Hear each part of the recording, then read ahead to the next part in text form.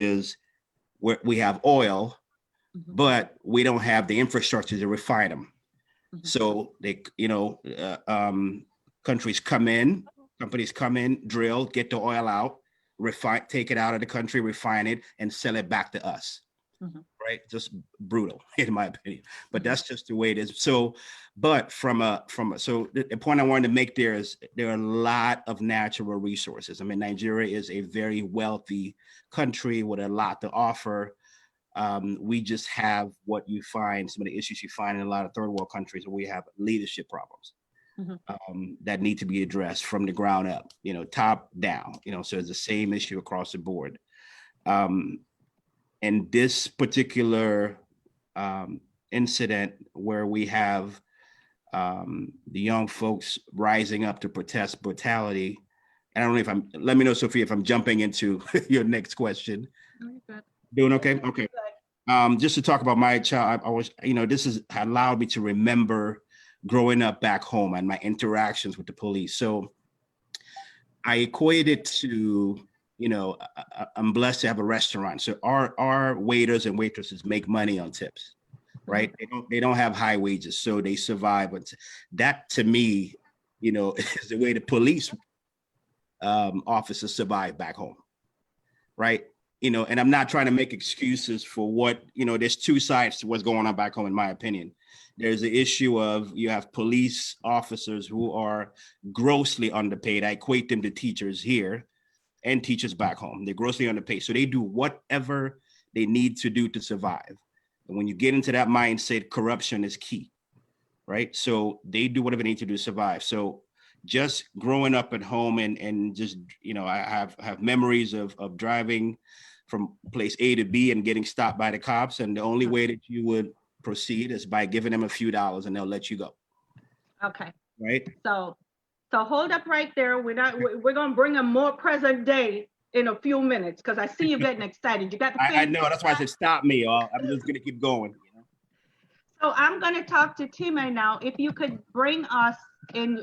So we're looking at it from two different perspectives. One's from Ime and one's from Time. So if you could tell us how you see Nigeria now. Well, I would say Nigeria is it's the most populous Black country in the world. I mean, black country in the world. Yes, real Black. Nigeria is the most populous Black country in the world, and it's a country that has enormous human and natural resources. We have produced a lot of potentials that are making headway globally. And of course, that country, just like he said, is a country that God endowed with talents, God endowed with potentials, God endowed with, resources. It's a land flowing with milk and honey. In the 60s, if we had maintained when Nigeria was really, really coming out, there was no China. There was China, but of course, in terms of money, in terms of what we had to deal with, China was not making way. But because of bad leadership, because of lack of foresight, because of lack of planning, we are where we are today. And of course, people will always say that if the country is good, if our countries are okay, if we are enjoying the best of services, if we are enjoying what we are supposed to be enjoying as a people, nothing takes people out. We would rather stay at home and enjoy all these resources. So I would say that Nigeria is not where it should be. Nigeria is not, this is not the Nigeria of our dream. This is not the Nigeria we would love to see. I have to be frank.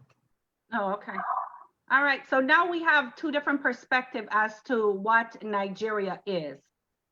Now we realize that everybody's eyes is now on Nigeria as it regards the players and what's going on. So what I want, Ime, for you to explain to us, what is SARS, S-A-R-S, and why is it the social movement now driving what's going on through the country, and why the young people?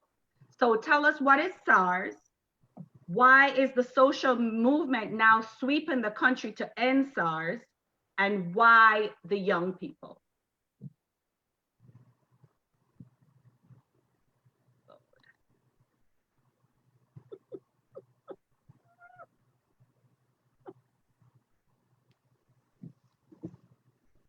Can you unmute? Ime, you're on mute. Please Ime, unmute. you talking a whole lot. You're gonna have to start back from the beginning. Oh my God. Okay.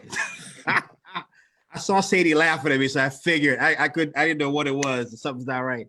Anyway, I don't even know where I start. Okay. Anyway, a police unit that is, you know, I think I would equate them to the you know, SWAT team here, or just an elite police unit that is designed to help address crime in a fashion that the mid-level of police, you know, just a very highly skilled, trained you. That was my intent, you know, that's what it was intended to do. But unfortunately, it has gravitated into a mechanism that has been used to be able to extort. So it's been, I'm sorry, hold on, I'm getting distracted here.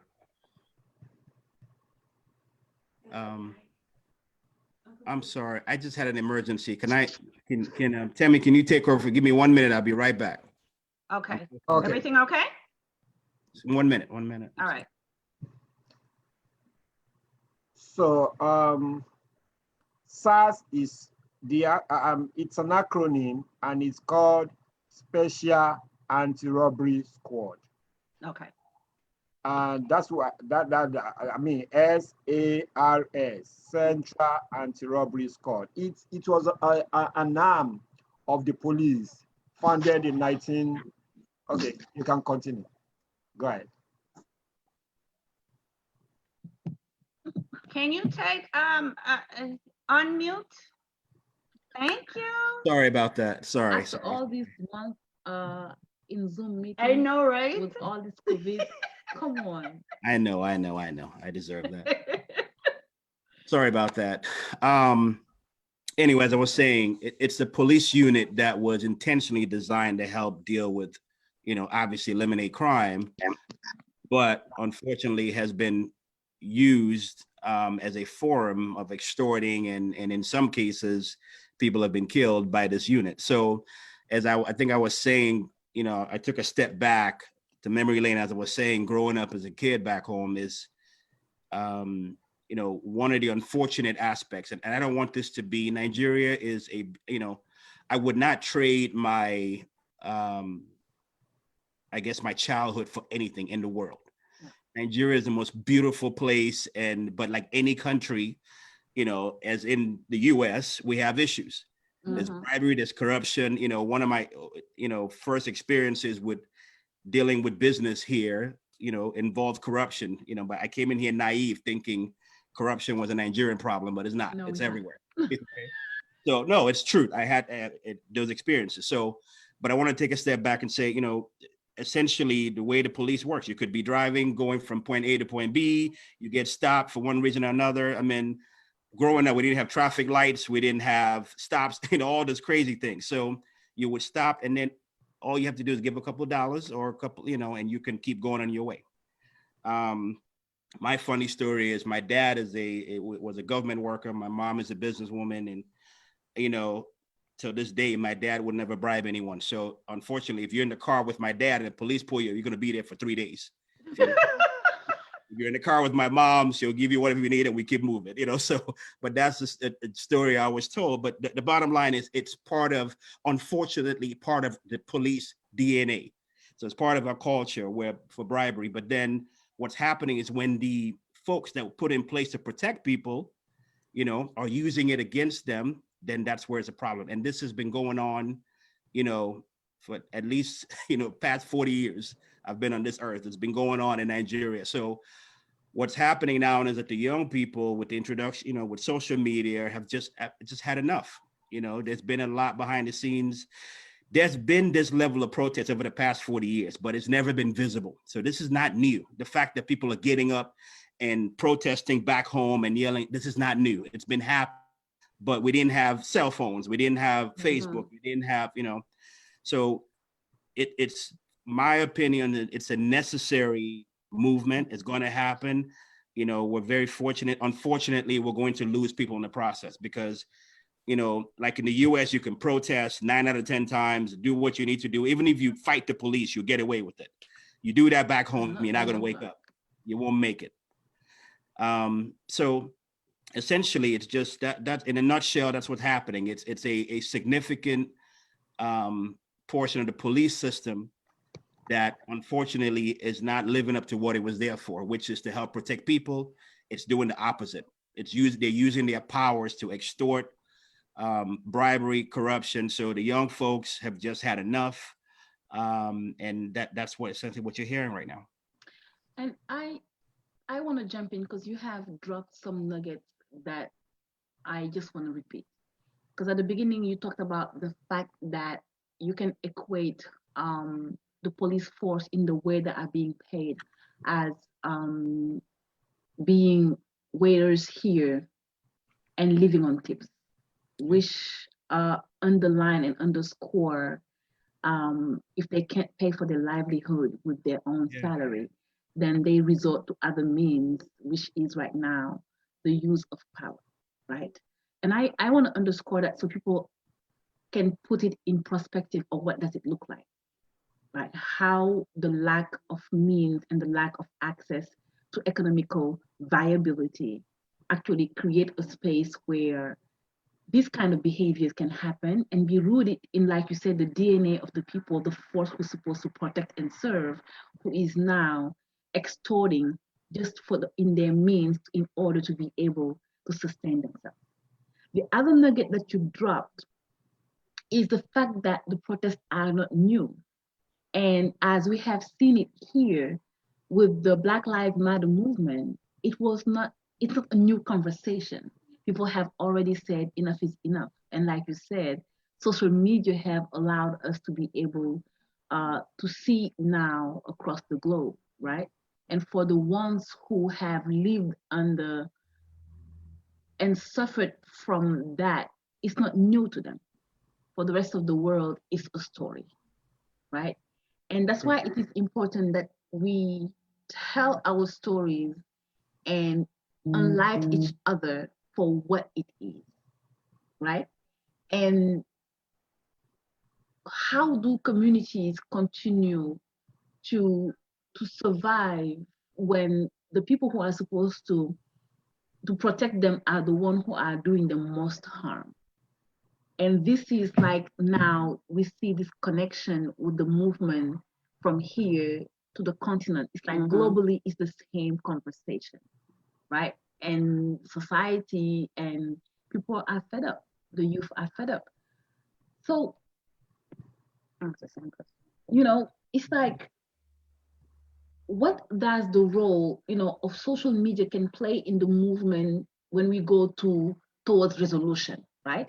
Because shedding a light is right there. We see it. We can't now look away because it has been tweeted, retweeted, it's everywhere. We can't even, when they turn off the light and shut off the internet system, they still found a way to make sure that we got access, right? Pre or post images, right? And how do we go? Where do we go from here? How do we end police brutality? How is this conversation? What is the opportunity today for Black globally to align and to build in solidarity? With that being said, I think I want to pose that question to Ime. As a journalist and a gentleman that's on top of the news, not only from the continent, but here in the United States, what do you think social media has done, good or bad, to bring this conversation now into our living rooms, right? Into our bedrooms? And how do you think that has played a role, positive or negative, to move this conversation forward? Thank you so much. I want to say this that I know he's being, sorry to interrupt, but it's Temi. Tammy, see, let him look here, you. I'm Jamaican. I No, can because call him he's what I being want. nice.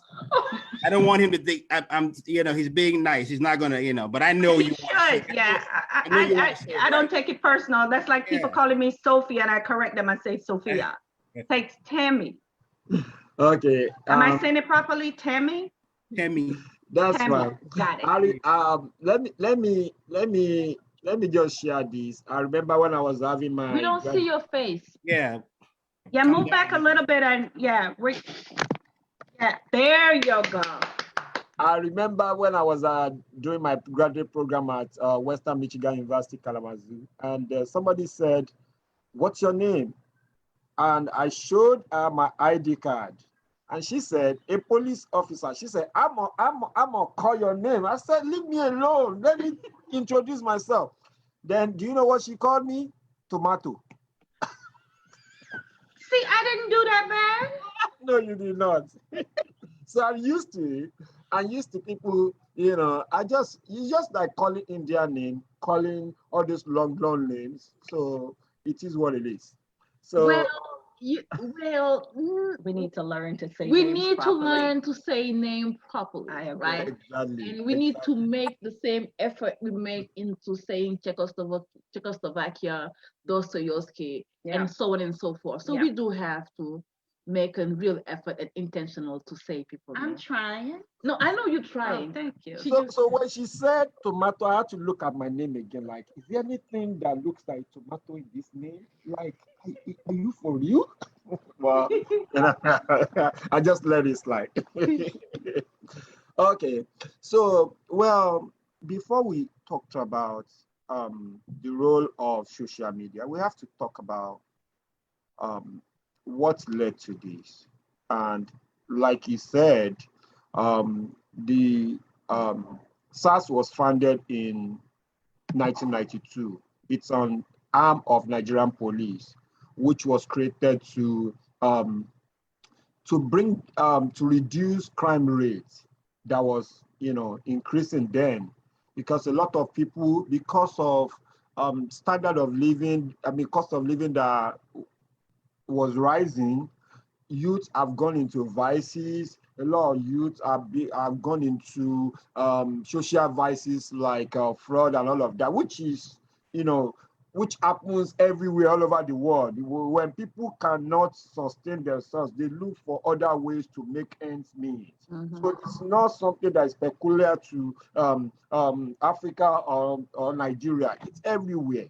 So the government felt, okay, there should be a special arm of police that will deal with this crime. But along the line, they got derailed and a lot of things happened. So many people have lost their lives. You can be going and they will just, sometimes it depends on, they will just look at you based on what you are wearing. If you are wearing shorts and t-shirts, they might just conclude, until Zuckerberg came to Nigeria, and he was wearing t-shirt, and how simple he was dressing that time when he went to Nigeria.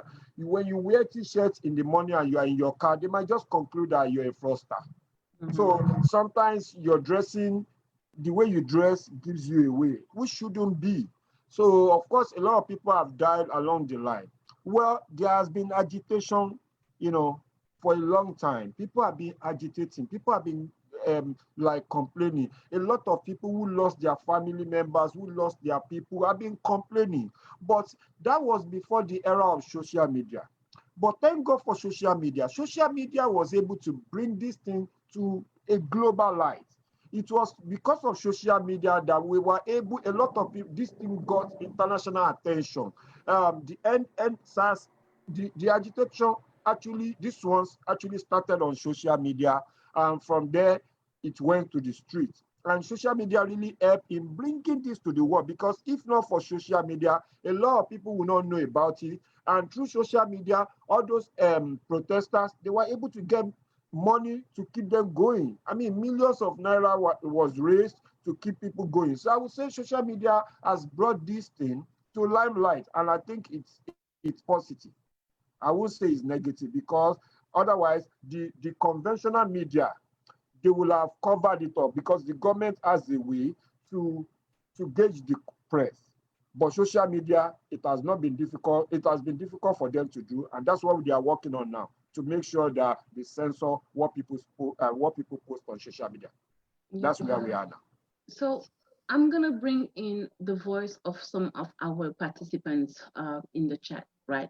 So as we ask the questions of how do we align, right, with the movement globally, the Ansar movement, you know, and the Black Lives Movement here, and where do we go from here, and how do we end police brutality globally? So we have Claire, who just added, you know, another layer of the conversation in the chat. So she's like, okay, she's from Rwanda, and she's telling us that first of all, she made the point that we first of all have to remember, and the fact that, because we didn't talk about it, but she making a point that we need to remember that and be clear that from the beginning, right? The police in the US was not created to protect people, right? That the police in the US have a history of having been created to capture enslaved people. And in other part of the world, police has been created to protect the interests of government, right? And that for her, she believes that the role of social media should be to request a police reform, to retrain and redirect some of its funds to social and mental health programs, right? She came from the Rwanda, and she is reminding us that in 1994, during the genocide of the Rwanda, there was a huge active, what she says, active participation in the genocide. And that, you know, has always been used as a tool to protect more the government than anything else, right? So as we see of the different lenses across, right, across the continent and across the globe, there have always been this very tense relationship between communities and the forces that was set to, you know, protect them or not protect them, and law enforcement in general, right? Here, not only there is a conversation about ending police brutality, there is a conversation about ending ICE and so on and so forth.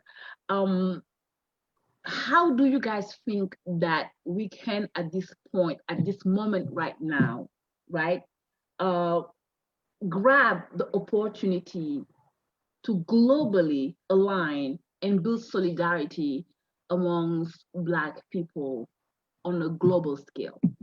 Ime, I'm throwing this ball to you first.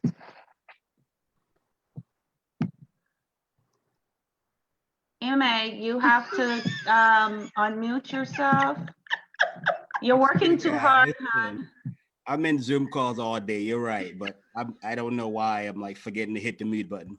Anyway, thank you, Claire, for your, you know, that triggered a lot of thoughts, because this SARS, which is something special anti-robbery squad, something like that. That's what was happening growing up back home. Is my state is one of the top oil producing states in the country, and we had Mobil, Shell, Exxon, all those folks there that had, just imagine Seattle and Microsoft. Microsoft has their own little city in Seattle. That's the same thing. So it's like you go from Seattle to the next city and there's no running water, there's no food, but then in Seattle you have everything, an airport. So, and what was happening is people were getting robbed, you know. So these oil, gas employees were getting kidnapped, robbed. And so to Claire's point, yes, those, you know, units were established to help protect people that were in the best interest of the government as opposed to the people. So the police brutality issue is not the same as here, where you have, you know, white police officers treating Black individuals different because of the color of their skin. You know, our issue there's a socioeconomic component of that needs to be addressed too.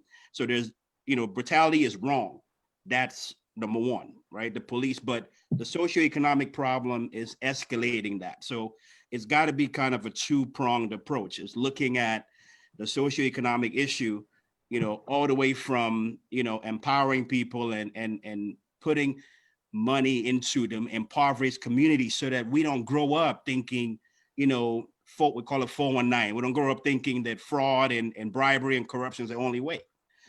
So that's a significant, I can speak for Nigeria, but I'm sure a significant global third world issue where we grow up in poverty, grow up in, and think that the best way to get anything accomplished, is to, through bribery and corruption and so on. But again, the smartest folks in the world, in my biased opinion, are in Nigeria, so we got to figure out a way to, address the socioeconomic issue, address the brutality piece. Again, not just focus on the brutality piece, but empowering folks to be able to do more financially.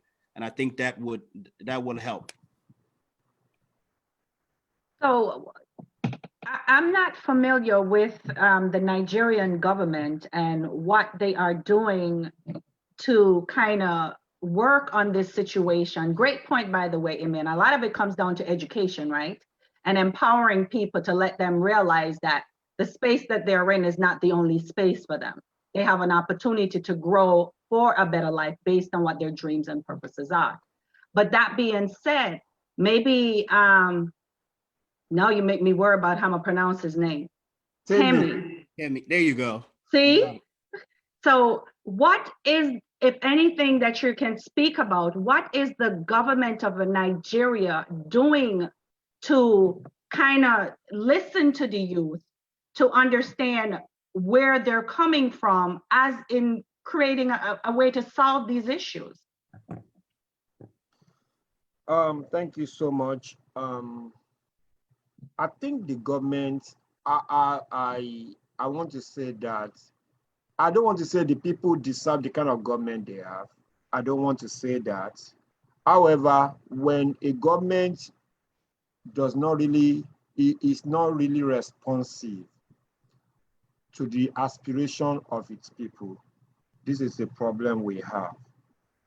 So the best thing the government could have done is to create an enabling environment for the youth to come around. You see, even sometimes when you say there are positions in the party, they say youth leader. A youth leader is even 60-year-old. So how can a youth leader who is 60-year-old speak for the youth? It's not possible. Right. So the youth are not really represented, so they felt left out. And they think they are on their own. So the best thing the government can do is to create this enabling environment to at least bring, it's not just about having one 40-year-old and say, oh, we have a youth governor. We are saying that people should be involved in every sphere of decision making so that this issue will not happen. I mean, we can at least reduce occurrence of, reduce reoccurrence. Let me put it that way. The youth should be involved. The government is not, I think we are practicing gerontocracy. Gerontocracy is the government of the elders. So the youth are not taken into consideration. And the more they go, the more the youth are left behind, the more the youth get angry. So to really, prepare solution for this, I think the youth should be taken along in every sphere of decision making. Yeah, but how do we connect the movement globally though? Like, how do we connect Nigerian conversation today to end police brutality and American conversation today to end police brutality? How do we create the bridge for all of us Black people to work towards a goal that is similar because of the impact of it, the way we have seen it? The same way we sat and got upset when we heard George Floyd call about, their moms, and today the Nigerian youth are calling on us. And, we're here in the diaspora, right? What is the short and long-term impact for Nigerian, in the diaspora? Do you guys have a role to play, right? What does that look like? Thank you so much. Nigerians in diaspora have been playing prominent role because if you see, let's look at it from the financial point of view. If you see how much we spend, we send home every day, like every month. Each person at least has like at least 5, 6 family members back home that you are responsible for. So in a way, if Nigerians in diaspora can come, not just Nigerians, Africans in diaspora, if we can come together and say we should begin to reorientate our people, and you can talk to those people you know at home. And the reason that NSAS protest was able to get up to 2 weeks because they got funding. Nigerians in diaspora supported them financially. They provided the resources they needed because without resources, they wouldn't have lasted that long. So I think Nigerians in diaspora have a very, very vital role to play because we have tasted life here. And it's not like life is better here, but there are structures in place. And what we need in our respective countries back home is structure to ensure and the agitation, Black Lives Matter and NSAS is the same thing because some people felt they are being oppressed. It's born out of oppression. People who are meant to protect us are oppressing us.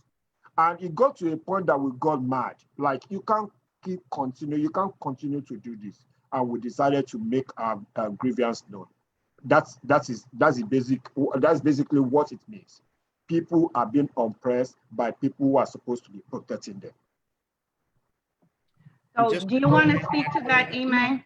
Yeah, just to add, well said, but to add to that, there's another component, which is where we have to, something as simple as what I know, Seydi and Sophia are very intimately involved in, whether it's an African, in trying to give the African Caribbean voices, give us voices within Michigan only, establishing a commission, doing different things to get us there so that we're in a position to be able to influence, right? So awareness is powerful. Like that, we had a protest. Some of the community leaders organized a protest, a few weeks ago. We all went out to support. It was on social media, led to folks back home know that we support.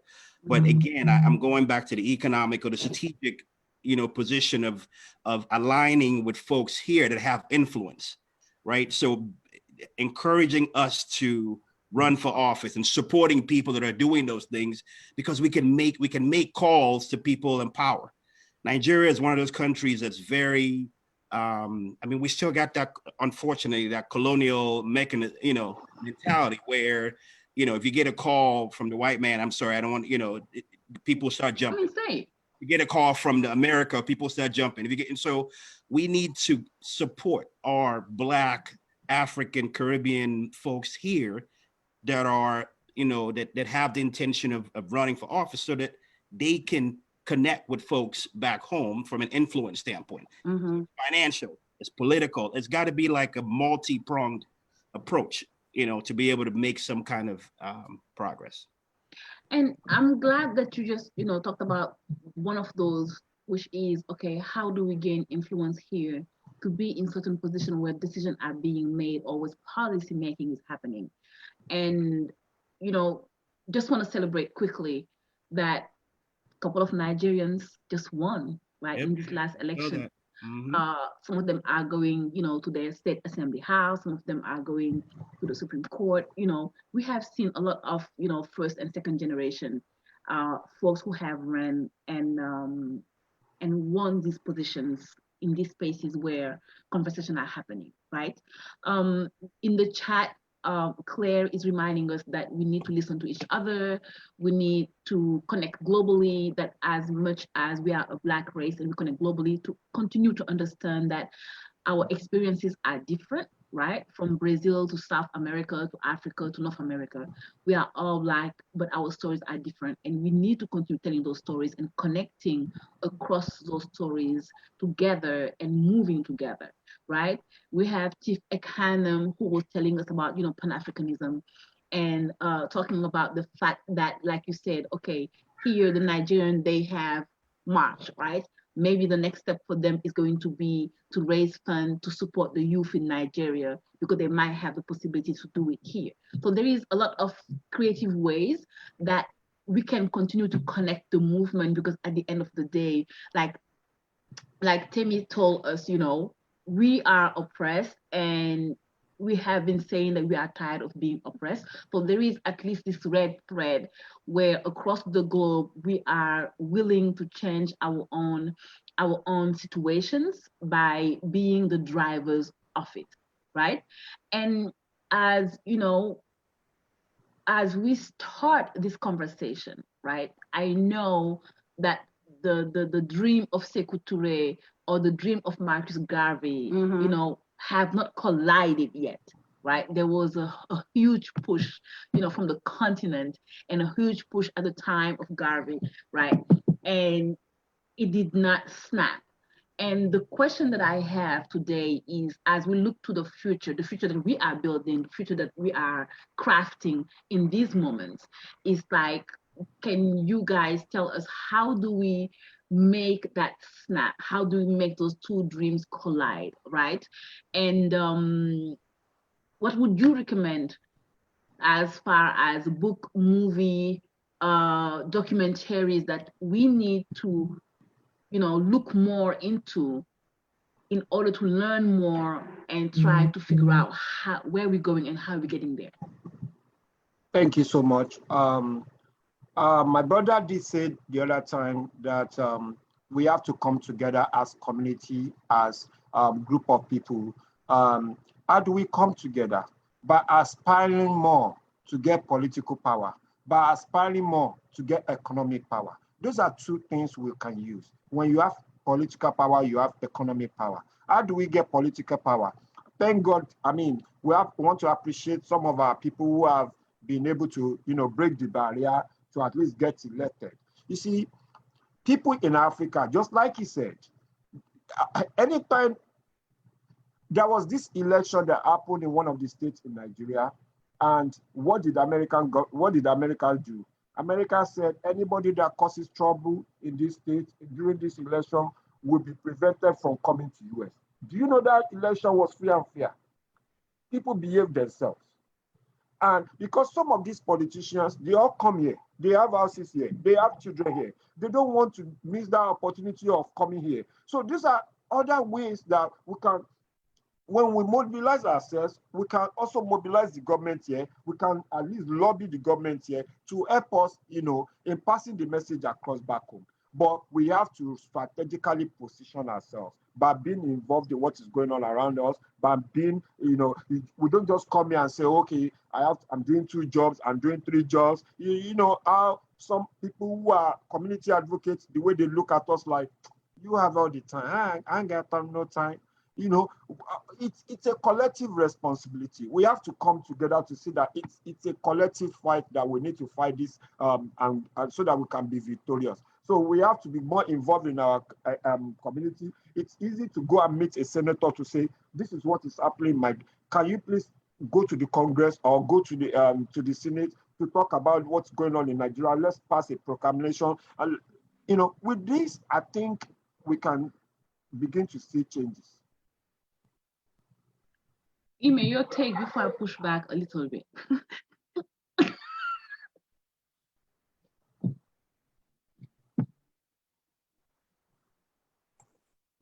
I'm sorry, Seydi, say again. I say your take before I push back a bit. Oh no, I mean I agree that, you know, it's a collective approach, you know, from all angles, and most importantly, we have to support. You know, not everybody can do what you know, Temi, Sophia, you know. I happen to know you work and you still do what you do, you know, so you're still advocates. So people like us that, you know, need to appreciate that and support you wherever we can. And that's not just a Detroit, Michigan thing. This is one of those things that has to be, going back to your point about being global. You know, we have to know, everyone has to understand how we can make change and support those that are spearheading it. not everybody can do it, but everybody can play a role. I think that's where we all get confused, is we can't all be community advocates. We can't all have the same, power structure, so we each need to play our role. If your role is to get up there and hold a sign, if your role is to donate some money, if your role is to speak, everybody needs to be able to do something to be able to help, make noise. And before you push back, let me say one of the things, because when she gets started, we're going to go a whole different direction. I know. Go ahead. One of the things I think we need to admit to ourselves too is we need to be honest with the folks that are back in our native lands. We need to let them understand that America is not the America that they see on TV. Right. We need to let them know that when they're asking us for funds for whatever it is, we got to work 2-3 jobs to get them the funds. So they have to understand too that we are a part of the process. There are kids that are going to school that they need to be taught their history. And I'm hoping that these Black storytelling journals do that. We all have our own stories to tell, whether it's from the homeland or here in America. And until we can have those very honest conversations about the space that we operate in, people are going to think that America is this great and fantastic place. We all need to be here. And instead of us taking care of what we are responsible for, which is home wherever you live, there's going to be this disconnect at all times. We can't solve everybody's problem being America. We just can't. The folks back home need to understand that it is their role also to solve their own problems. We can help you as much as we can. We can guide you. We can teach you. But somebody has to do the work. Like Ime says, everybody has to play their role. And us putting up these facade to our people to let them know or let them think that life is so great and fantastic somewhere else, is they gotta water the grass on their own lawn. Water the grass where you are and it will be greener. Don't start picking up everything and move to my lawn, because I'm working hard to water my grass. And if you come over here, I may not have water to bathe with. So my grass ain't gonna be that green anymore. So we have to have honest conversations, and Ime, play our role. That's exactly it, play our role. We all cannot pile up on top of each other like crab in a barrel mentality and expect that any of us are gonna go anywhere. So now that I have gotten off the platform, I'm gonna send it over to this lady here that's about to excite us. Well, raising awareness, yes, definitely. Organizing, definitely, right? And who do we hold accountable, right? So sometimes I push back a little bit on the idea of us calling on American government to ban our officials. And I push back against that conversation because I have spent the last year and the year before that fighting against bans and walls, right? Here in the US, because I understand what does it mean. And we have seen how this conversation have impacted our communities. And I'm pushing against myself and everybody else, right, in the platform right now of how do we create accountability, right? How do we hold ourselves, how do we hold our representative here accountable of foreign policy, and how do we hold our government back home accountable of what is happening, right? And understanding that something that we don't talk about a lot is about the economic displacement of our folks, right? Sophia said it, it's not greener here, and we do need to peel that layer of the great American dream, right? That we are also responsible of, ensuring that that conversation is still living a certain life back home. But understanding also that even without that conversation is the fact that the dollar worth 500 of CFA any given day. And, the iPhone still costs the same. And if some child in Senegal want to buy the iPhone, they're going to have to take the price of the iPhone, multiply it by 500. That's the cost of that same thing home. And the need of aesthetic of our youth is the same today, right? We need to dismantle that conversation. Because if our folks can't live, can't make a regular salary and feed their children with dignity, they will try something else, Right. which lead us to this mass exodus, this, Folks dying, folks trying to get dying, it. trying to get in here, folks dying in the Mediterranean, and so on and so forth. So we are responsible for the well-being of our communities. We are not only responsible for our own well-being, but for the one of our communities. And, I'm excited because we are in a moment of so many, changes being pushed for and so many shifts happening. And I am excited that we can hold this conversation and hold each other accountable to where we need to be and how we need to move forward. And we need to continue doing that, right? Claire is reminding us that we can hold our elected official accountable by our vote, right? Go You Detroit. found that out. Yeah. Go Detroit, yeah. I just needed to say that. Go Detroit, right? So yes, because we just have seen it. These elections have showed us that being involved, having a voice, can have an impact, a tremendous one. And we need to continue doing the work. Yeah. So gotta close out. last thought before we close out from our great panels. And great panelists that we had today. Temi, do you want to give us your closing remarks? Thank you so much. It's been a wonderful time discussing ways through which we can move forward as people. I want to believe that we cannot sit down, and all of us have roles to play. Yes, we cannot all be community advocates, but at least we can all be supportive in our own ways. And again, how many of us know have ever attended our senator when they're having like town hall meeting that they attend? Some of them don't even know their senators. Some of them don't know their Congress people. So when they don't know, how would they even hold these people accountable? Because thank God that there is structure here. Unlike back home, when somebody becomes a councillor, you don't see that person, he moves to another elitist area and you will be driving. But here you still see your people. I remember that, this particular congresswoman, Brenda Lawrence, whenever we have events, whenever we call her, she's always there. But back home, once they get to power, you don't see them no more. Yeah. So I think we should be more involved in what concerns us. We should be more involved. That is the only way we can hold our leaders more accountable. Thank you. We're going to ask Ime your closing words. Yes, thank you. So, again, piggybacking on what was just said, supporting each other. Accountability is important.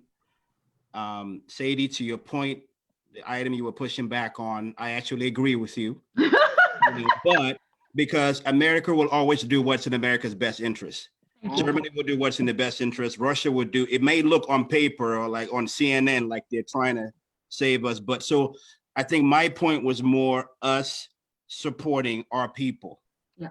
Right. So we have influential people at influential positions so that, the mentality when you're supporting someone, the mentality is different when your own is up there driving change. Right. As opposed to, whether it's, and no offense, I voted for Obama, but Obama did what's in America's best interest. So will Trump and so will Biden. So we have to, and those are extreme examples, I know, but I'm trying to get my point across is that helping our people move up the chain, helping elect our people to have our interests at heart will help make noise that it can at least get to the folks that need it back home. So well said. Well said. You want to go first? No, go ahead. So I want to thank everybody that participated in the conversation today. This is a regular event, so stay tuned to Facebook and Instagram, Black Story Journal, to see our next conversations. If you have any stories that you're looking forward to hearing, you can put it in the the message or follow Black Story Journal and send us a message or a DM so we can make sure that your voices are heard also. Remember, we are our own communities. We are our brothers and our sisters' keepers. Make sure you take care of everybody that's in your circle. Show them love, especially this time that we're going through more than just election fatigue. We're still dealing with COVID. So show love wherever you can. Be safe. Till next time, I'm going to turn it over to my co-host. So before I close it and thank you guys all, I just want to uplift that we have a brother from Ghana who has been in the background, who have been driving conversation, who is a policy maker in Portland, Maine, who have been elected in office so many times, and is a city councilor, Mr. Pius Ali. And we will make sure to get him and all the old guard and all the new guard into the Black Story Journal to have a special on who are Black immigrant first and second generation that has been pushing for policy change and making the wave that we have been talking about. So I'm not calling you an old guard, but yes, you are, because you are among the first one of our kind that have been elected in office. And now we have to walk into your shoes. And I am so happy to be able to, bring you in this conversation here because you continue to inspire us. And I would have been bad if I did not just, give you this shout out. So thank you very much for being so inspirational and giving us, the chills like we have seen all the Nigerian sisters and brothers that have been elected this roundabout and everybody else who ran, right? So stay tuned, be safe, right? Like my sister say, give some loves and warmth to your members, check on them, call them, give them a hug, right? Drop something just to say, I care, because we all need it. And I really want to say thank you to Miss Gracie for bringing us together. Thank you guys for holding it down tonight. And thank you for everybody who attend. We're excited to continue the conversation, and Seydi and Sophia for holding it down, and Ime always responding so quickly. I see Johnny's in the call. I want to thank you all for coming and attending. And I saw Reggie too. Reggie's there. We're going to bring him in too. He doesn't know it. But stay tuned. We have some exciting news coming with Bridge Detroit. We're going to fall into a regular schedule with bringing you these conversations twice a month through the Caribbean Community Service Center. We're going to also include food and culture conversations, so teaching you how to make a meal during this season of holidays, and also learning about the different cultures. So as usual, it's expanding, it's growing legs, but we couldn't do it without you. So we thank you all so much for joining us tonight, and hope to see you at the next conversation. And thank you, Ime and Timmy, for taking time out of your schedule tonight to join us. And Ali, look forward to hearing from us. Thank you, guys. Thank you. Good night, everybody. Good night, everybody. Until next time. Thank you.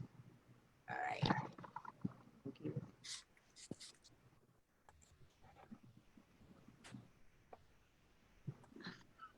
I know, right?